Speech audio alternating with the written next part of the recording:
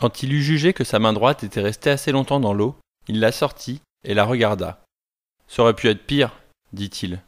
Et un homme ne craint pas d'avoir mal. » Il retenait la ligne avec précaution pour ne pas qu'elle s'embrouille avec les bobines de réserve et se balança de tout son poids pour pouvoir tremper sa main gauche de l'autre côté du canot. « Tu ne t'es pas débrouillé si mal pour une bonne à rien, dit-il à sa main gauche.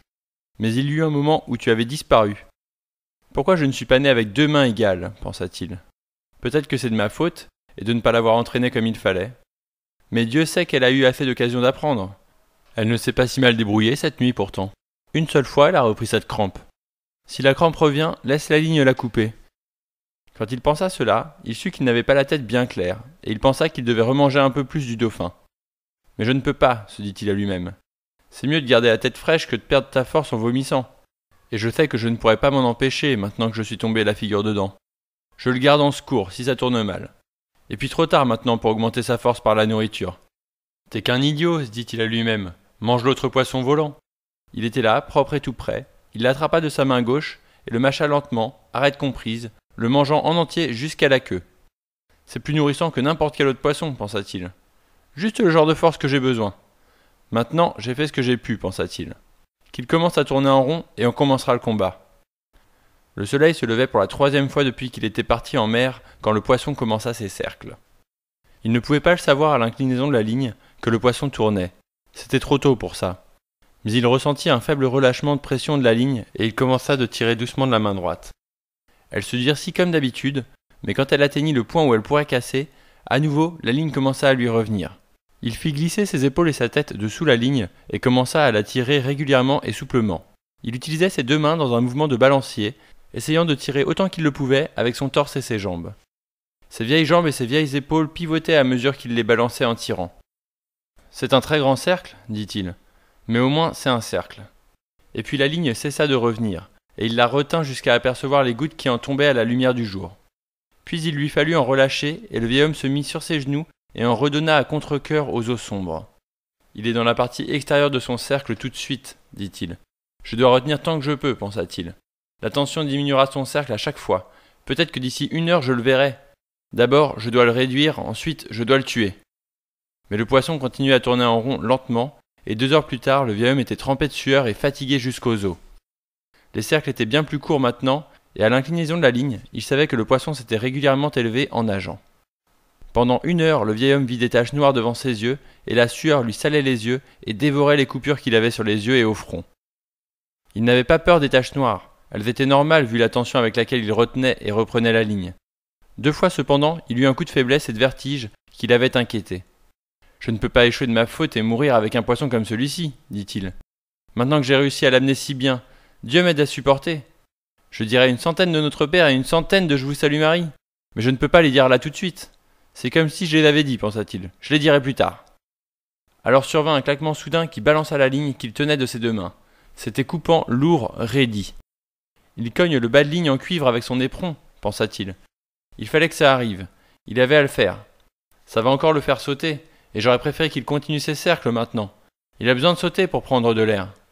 Mais après ça, chaque saut peut élargir la blessure, et il peut recracher l'hameçon. Ne saute pas le poisson, ne saute pas.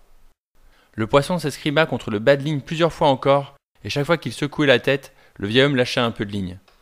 Je dois limiter la douleur qu'il ressent, pensa-t-il. La mienne ne compte pas. Je peux contrôler la mienne, mais la douleur peut le faire devenir fou. Après un moment, le poisson arrêta de mordre le bas de ligne et commença à tourner en rond lentement de nouveau. Le vieil homme regagnait de la ligne régulièrement maintenant, mais il se sentait faible à nouveau. Il puisa un peu d'eau de mer de sa main gauche et se la versa sur la tête. Il recommença et s'en frotta aussi l'arrière de son cou. « Je n'ai pas de crampe, dit-il. Bientôt il sera prêt et je pourrai en finir. Tu dois en finir. N'en parle même pas. » Il s'agenouilla à nouveau contre la proue et pendant un moment, glissa de nouveau la ligne sur son dos.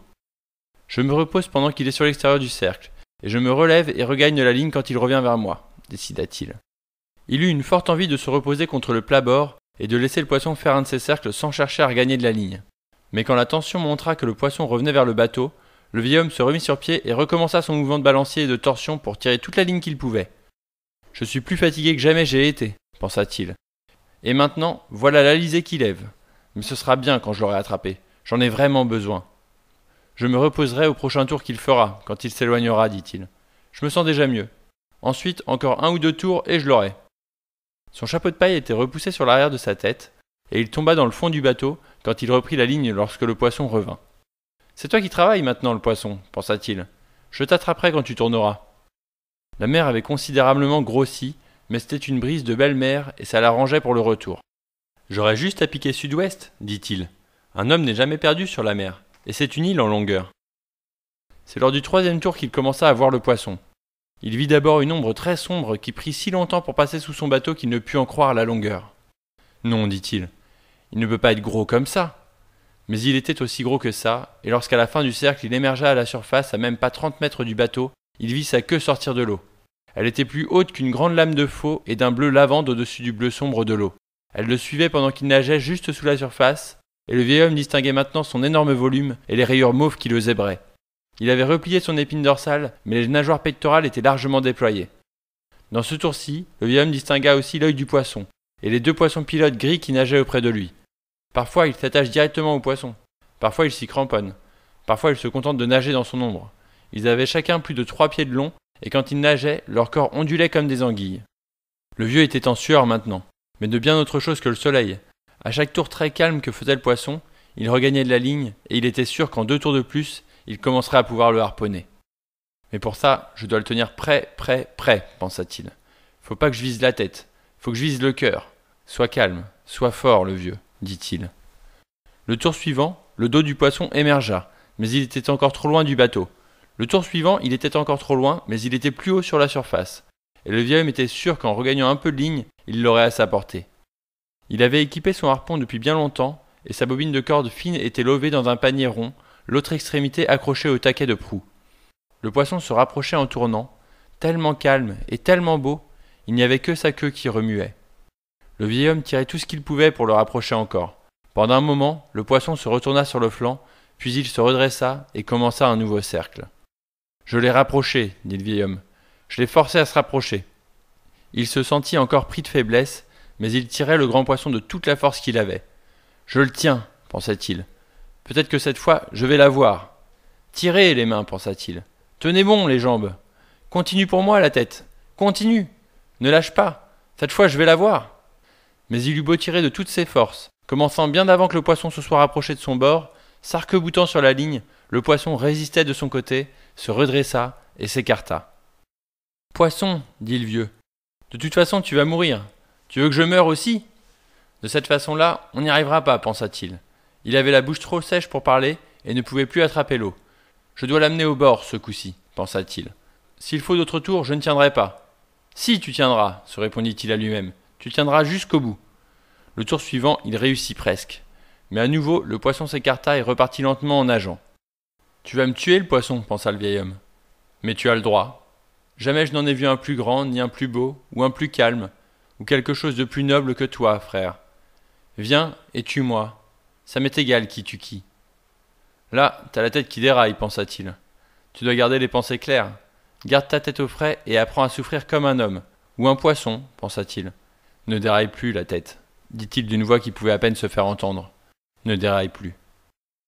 2 fois encore, il en fut de même avec les cercles. Je ne sais pas, pensa le vieil homme, il avait été sur le point de s'évanouir à chaque fois. Je ne sais pas, mais je dois essayer une fois de plus. Il essaya une fois de plus, et il se sentit s'évanouir quand il contraignit le poisson à se rapprocher. Mais le poisson se redressa et s'enfuit à nouveau lentement, sa grande queue battant en l'air. Je dois essayer encore, se promit le vieil homme, même si ses mains étaient en bouillie et qu'il n'y voyait plus que par flash. Il essaya encore, et ce fut encore la même chose. Aussi il pensa, et ses gestes s'accomplissant avant même qu'il en décide, je dois tenter encore une fois. Il ramassa toute sa douleur et ce qui lui restait de force, et tout l'amour-propre qu'il avait oublié depuis longtemps, et les banda contre l'agonie du poisson, et le poisson vint lentement contre son bord, nageant lentement contre le bord, le bec frottant presque les planches du canot qu'il commença à longer, massif, sauvage, argenté, vébré de mauve et dans l'eau paraissant interminable. Le vieil homme lâcha la ligne, y posa le pied, souleva le harpon du plus haut qu'il put, et le lança vers le bas de toutes ses forces ramassées, le projeta dans le flanc du poisson juste derrière la grande nageoire pectorale qui s'élevait dans l'air presque à la hauteur de sa poitrine à lui. Il sentit le fer s'enfoncer et l'enfonça plus loin, puis pesa de tout son poids sur lui. Alors le poisson eut un soubresaut de vie avec la mort en lui et s'éleva haut sur la mer, déployant toute son immense longueur, sa puissance massive et sa beauté. Il sembla suspendu en l'air au-dessus du vieil homme dans son canot. Puis il retomba dans la mer, dans un écrasement qui renvoya son écume sur le vieux et remplit son canot. Le vieil homme se sentait sans plus aucune force, et malade, et n'y voyant plus rien, mais il démêla la ligne du harpon et la laissa se dérouler lentement le long de ses mains nues, et quand il vit à nouveau, il vit que le poisson était sur le dos et son ventre argenté en haut. La hampe du harpon se détachant en angle de son flanc, et la mer se colorait en rouge du sang qui coulait de son cœur. Puis, cela s'étala comme un nuage. Le poisson semblait d'argent au repos, ballotté par les vagues. Le vieil homme tâcha de s'y repérer dans les éclairs de vision qui lui restaient, puis il assura à 2 tours la ligne du harpon sur le taquet de la proue, et se passa de l'eau sur le visage et sur les 2 mains. « Je dois garder la tête claire, dit-il, le front sur le bois. Je suis un vieux bonhomme à bout de force, mais j'ai tué ce poisson qui est mon frère, et maintenant je dois faire le reste du travail. Maintenant je dois préparer de quoi l'arrimer, et la corde pour le fixer au bateau, pensa-t-il. Même si on était 2 et qu'on balançait tout à l'eau et qu'on le chargeait, le bateau ne le supporterait pas et coulerait. Je dois tout préparer, puis l'amener contre bord, gréer le mât et la voile, puis revenir. » Il commença à tirer le poisson vers lui pour le coller au bateau, de façon à passer une corde dans les ouïes qui ressortent par la gueule et lui appliquer la tête contre la proue. « Je veux le voir, pensa-t-il. Je veux le toucher, je veux le sentir. Il est mon porte-bonheur, pensa-t-il. Mais ce n'est pas pour ça que je veux le sentir. Je crois que j'ai senti son cœur, pensa-t-il, quand j'ai poussé sur la hampe du harpon la seconde fois. Amène-le près maintenant, et attache-le. Fixe le nœud à sa queue et un autre sur le milieu pour l'assurer au canot. Mets-toi donc au boulot, le vieux, dit-il, et il but un tout petit peu d'eau. C'est du boulot d'esclave ce qui reste à faire, maintenant que le combat est fini. Il regarda d'abord le ciel, puis son poisson. Il surveillait constamment le soleil. Il ne doit pas être beaucoup plus de midi, pensa-t-il, et l'Alizé se lève. Les lignes, plus la peine de s'en occuper. Le gamin et moi, on fera les épissures au retour, à la maison. Viens par là, poisson, dit-il. Mais le poisson ne venait pas. Au lieu de ça, il restait à balloter dans les vagues, et c'est le canot du vieux qui s'en rapprochait quand il tirait. Même quand il l'eut rejoint et qu'il eut la tête du poisson contre sa proue, il ne put en croire sa taille. Mais il détacha la corde du harpon, la passa à travers les ouïes du poisson puis dans sa gueule, fit un nœud mort autour de son éperon, puis repassa la corde à travers l'autre ouïe, fit un autre nœud autour du bec inférieur, assura ses nœuds et la bloqua à nouveau dans le taquet de la proue. Il coupa la corde qui restait et partit à la poupe assurer la queue. Le poisson virait au gris argenté, puis cet argent mauve originel, et les zébrures étaient devenues de la même couleur violet pâle que la queue. Elles étaient plus larges qu'une main d'homme aux doigts étalés, et l'œil du poisson semblait une pièce rapportée comme les miroirs dans un périscope ou un saint dans une procession. C'était la seule façon de le tuer, dit le vieil homme. Il se sentait mieux d'avoir bu un peu d'eau, et il savait qu'il s'en sortait sauf, et que sa tête était claire. Il fait plus de 1500 livres, de la façon qu'il est, pensa-t-il. Peut-être encore plus. Et si on en prépare les 2 tiers à 30 cents la livre? Il me faudra un crayon pour ça, dit-il. Ma tête n'est pas encore si claire, mais je crois que le grand DiMaggio serait fier de moi aujourd'hui. Je n'ai pas de calcification, mais les mains et la peau du dos ne valent pas mieux. Je me demande ce que c'est que ces calcifications, pensa-t-il. Peut-être que nous aussi on en a sans le savoir. Il arrima, serrait le poisson à la proue, à la poupe et par le milieu au banc de nage. Il était si gros que c'était comme d'arrimer son canot à un bateau bien plus gros. Il coupa un morceau de ligne et fixa la mâchoire inférieure du bec à l'éperon pour que la bouche ne s'ouvre pas et qu'il puisse naviguer le mieux possible. Puis il gréa son mât, vissa la baume, hissa sa voile, l'étarqua avec la gaffe et le bateau commença de se mouvoir tandis qu'à moitié couché à la poupe, il le poussa sud-ouest. Et pas besoin de compas pour lui dire où était le sud-ouest. Il n'avait besoin que de la sensation de l'Alizé et du gonflement de la voile. Je devrais mettre une petite ligne avec une cuillère et essayer d'avoir quelque chose à manger, et boire la rosée. Mais il ne put trouver de cuillère et ses sardines avaient pourri. Alors il souleva un paquet de sargasses jaunes avec la gaffe, quand il en longea et les secoua pour en faire tomber les minuscules crevettes sur le fond du bateau. Il y en avait plus d'une douzaine qui sautaient et gigotaient comme des puces de sable. Le vieux leur coinçait la tête entre pouce et index et l'arrachait, puis mangeait le reste avec la coque et la queue. Elles étaient toutes petites, mais il savait qu'elles nourrissaient et ça avait bon goût. Il lui restait l'équivalent de 2 verres d'eau au fond de la bouteille, et il en prit la moitié d'un après avoir mangé les crevettes. Le canot avançait bien, compte tenu du handicap, et il gouvernait la barre sous son bras. Il pouvait voir le poisson, et n'avait qu'à regarder ses mains et sentir à nouveau son dos contre la poupe pour se souvenir que tout cela était vraiment arrivé et n'était pas un rêve. Certains moments, quand il se sentait si mal et si près de la fin, il avait pensé que peut-être c'était un rêve. Puis, quand il avait vu le poisson sortir de l'eau et se suspendre sans mouvement dans le ciel avant de retomber, il était sûr que c'était d'une telle étrangeté qu'il ne pourrait arriver à y croire. À ce moment-là, il n'y voyait presque plus, alors que maintenant, il y voyait aussi bien qu'il avait toujours vu.